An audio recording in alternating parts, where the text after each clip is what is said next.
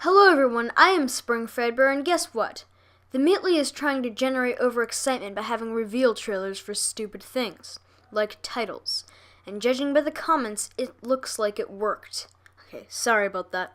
Anyway, TheMeatly just revealed a new teaser for their next game in the Bendy series. Let's have a look.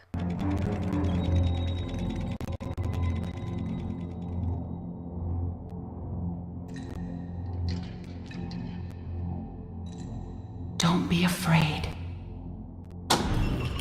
Don't let the darkness take you. You may walk with angels or cower before demons. But one thing always remains.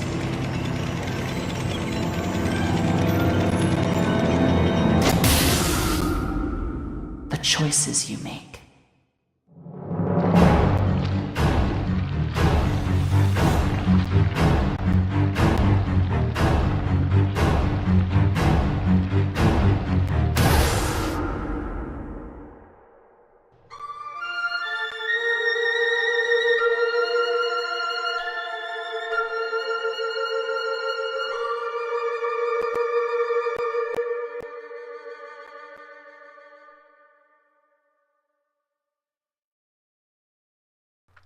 So first, can I just point out that the 3D modeling looks so much more textured and real?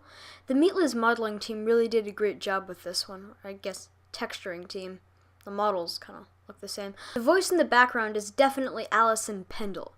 And I'm going to say that this is a sequel to Bendy and the Ink Machine because notice what we've seen so far is in that more cartoony style that we've seen throughout Bendy. Also, right after we see the Ink Machine itself, the title is revealed to be Bendy and the Dark Revival. More evidence for this being a prequel is the title says Dark Revival. A revival is something being brought back. And if the Ink Machine has just been installed, then it can't really be revived. So, what is the plot of this game going to be? Well, I think it's personally going to tell a new story not related to Henry's, as Henry is stuck in a time loop and has little to no hope of ever getting out. This is just random speculation, but I think that this new game will be about Alison Pendle.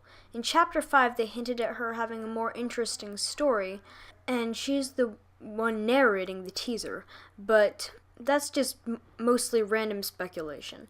Now here's the good stuff. There appears to be some shadowy creature swiping at something towards the end.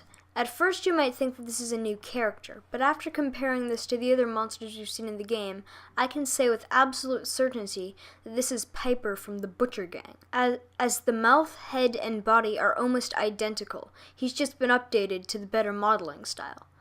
And finally, it looks like this new chapter, because this game is being split into chapters apparently, is coming later this year alongside with Showdown Bandit.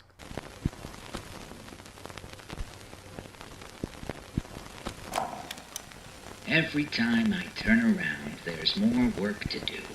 4 cartoons almost complete, and all of them need a tune by tomorrow. Typical Joey planning. I'm working so much I'm starting to see Bendy in my sleep. That smile. He's always watching me. A few more months of this, I wouldn't be surprised if that grinning demon drove me completely insane. That smile. Something's just wrong with that smile. Can't put my finger on it. Shake it off, Sammy. Best get back to your songs. Someone has to keep the little devil happy.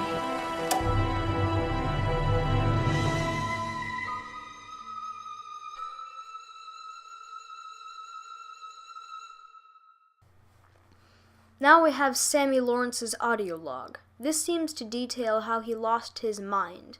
It seems Sammy was driven to Bendy worship because Joey worked him too hard and gave him more projects than he knew what to do with. His insanity had nothing to do with the Ink Machine because that was before the Ink Machine was ever installed. At first he just thought about Bendy constantly. Then as the studio fell into hard times, he went from finding Bendy creepy to worshiping him, and probably was willingly sacrificed to the Ink Machine in the name of Bendy. Jack Fain also had an audio log released.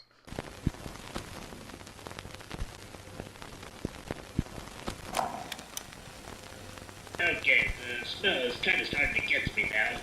Ever since they started putting in more pipes, it's really begun to flow a lot more down here.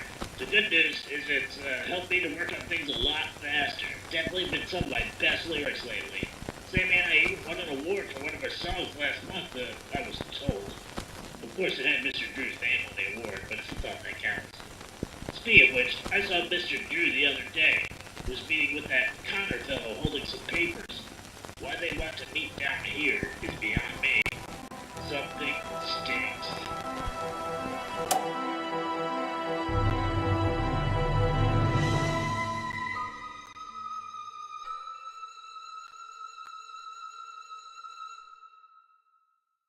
This is during the time period when the ink machine was just being installed.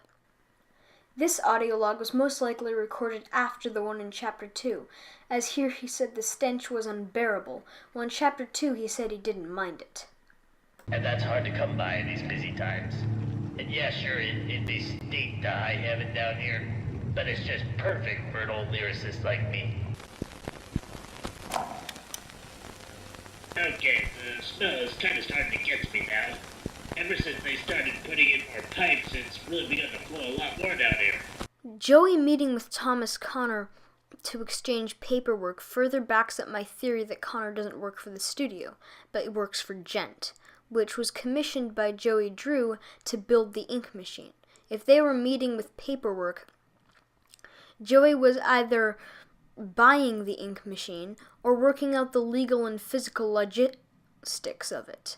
And once it was installed, well, you know the rest.